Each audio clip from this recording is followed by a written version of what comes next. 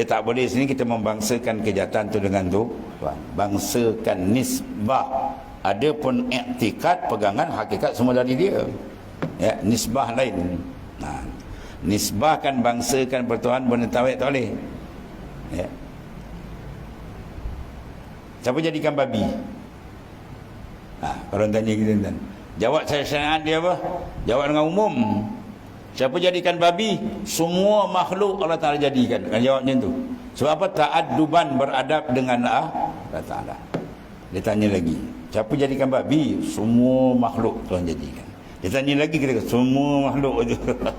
Bagi tak bibir. Dia tanya sekali lagi, ambil selipar sepuk kau bangang kau bebal bin tolol kau ni lah. Orang kata semua makhluk jadikan, kau tak faham lagi.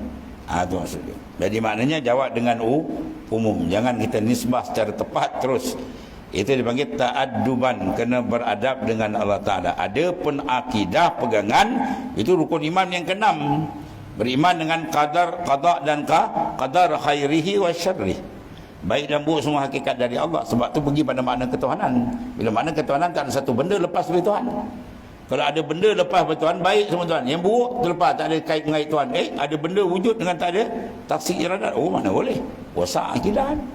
Itu kena betul tengok.